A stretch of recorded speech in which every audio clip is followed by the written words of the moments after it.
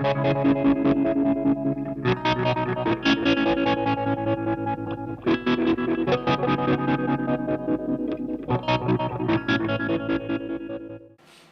everyone.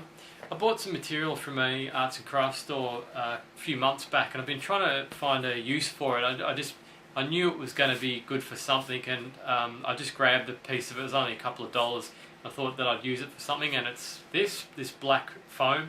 It's 5mm thick. I originally thought I was going to use it for the backing of a pedal for the back plate as a protective cover, just to try it, stick it on somehow and see how that would turn out. I think 5mm would actually be too thick for that. You'd probably want 3mm, and you'd also want, they had them at the arts and crafts store, but they didn't have them in black. There was just all these weird colours, but you can get ones that have adhesive, an adhesive back on it.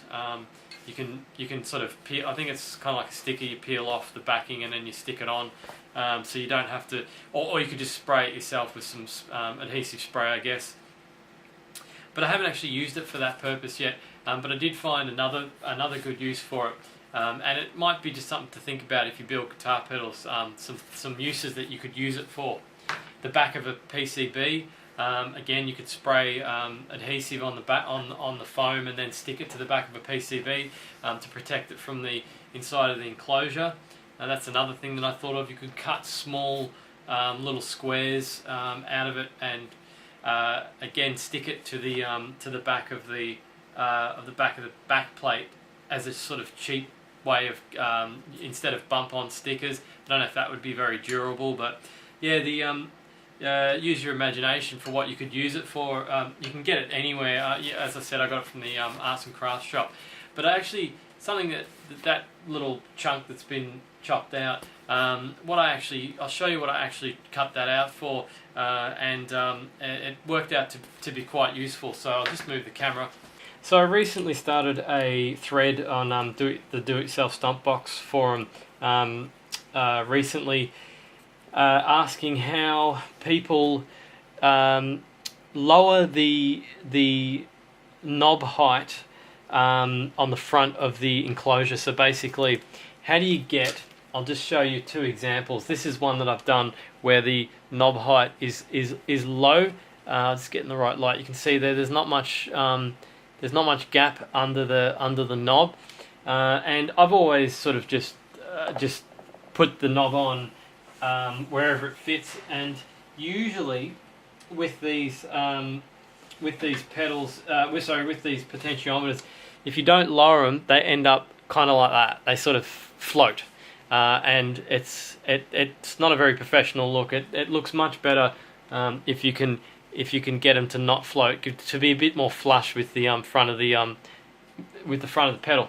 So the idea with this foam was, I usually use a nut on the bottom, and I mean, of course, you can still do that. You can just get a nut that fits the potentiometer, put it on the inside, bung it in, and then put your other nut on the front of that. And that's what I've been pretty much doing up till now. But I've run out of nuts or anything that will sort of provide a spacer. You probably can see where I'm going with this.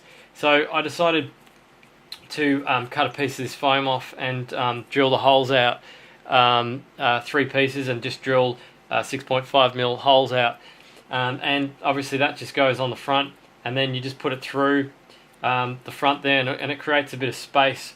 And you just tighten the hell out of it until you can't tighten it anymore. And I don't think it's going to go anywhere in a hurry. I just did one before, and it was just stuck on there pretty firmly. So when you first put it through like that, you can't even get to the thread to put the front nut on. So you just push it from the back so it sticks out, and then put the nut on just so it grabs the thread, and then you just keep pushing from the back and tightening from the front until you pretty much can't tighten it anymore. So yeah, that's one of them.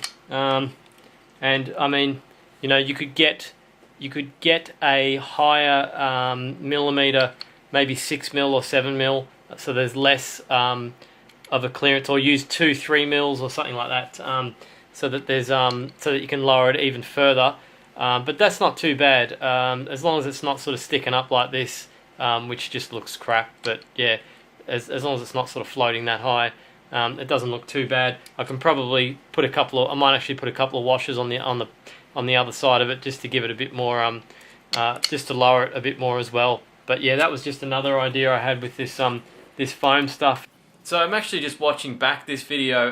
There's something I actually wanted to add to the video. The last idea that I said, that I edited with the comment underneath that it didn't work. It didn't work.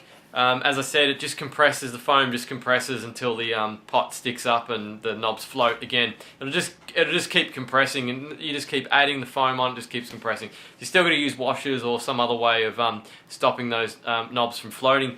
But something I did want to add was, it wasn't this high density stuff, because it's not exactly about this high density stuff, because well, I don't know if this stuff is going to be very anti-static protective, so I don't know if you should use just any old foam that you get from a craft shop. But I bought some of this stuff from Element 14. I'm pretty sure that you know, all the other big retailers, electronics retailers, have them as well.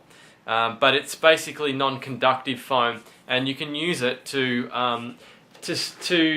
store your ICs in. Just like you just poke them in the hole. I'm just getting mine out of the drawer here. You just poke them into the foam, and it's quite floppy. You know, like it's pretty low density, but yeah, like I've got all mine stuck into that. Just as a way of storing your ICs.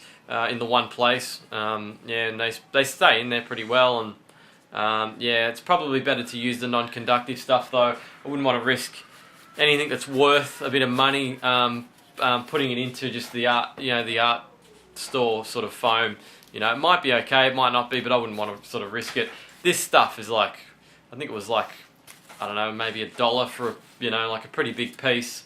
And I've also just used a few little bits. I just rip off a few bits here and there for when I send ICs in the tube, the anti-static tube. I just put a couple of bits either side and then tape it, just as a sort of way of keeping the IC from moving around.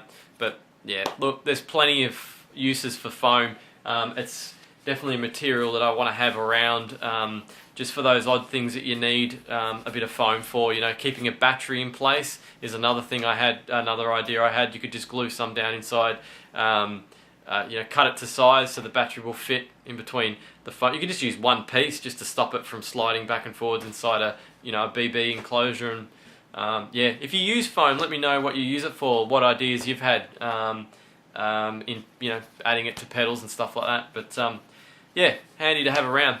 Anyway, that's pretty much it for this video. Yeah, if I think of any other uses for this foam stuff, I'll let you know.